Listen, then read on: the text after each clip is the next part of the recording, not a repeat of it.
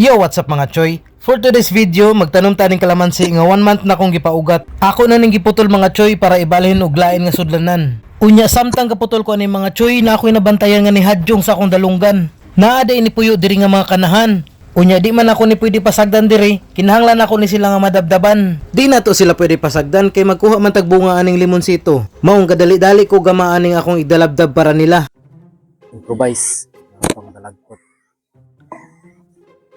Pagsiga aning akong gi-improvise nga sulo, ako na dayong giduslit nila mga choy. Siya rog di sila mahurot aning kalayo nga siga kaayo.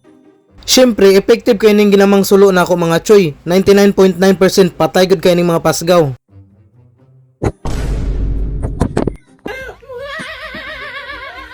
Giatay napakan ko sa 1%.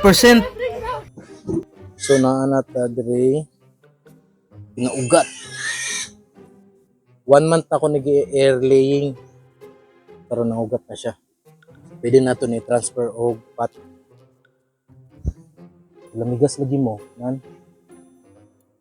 Di mo pwede mo puyo diri kay magkuhaan ni diri sito.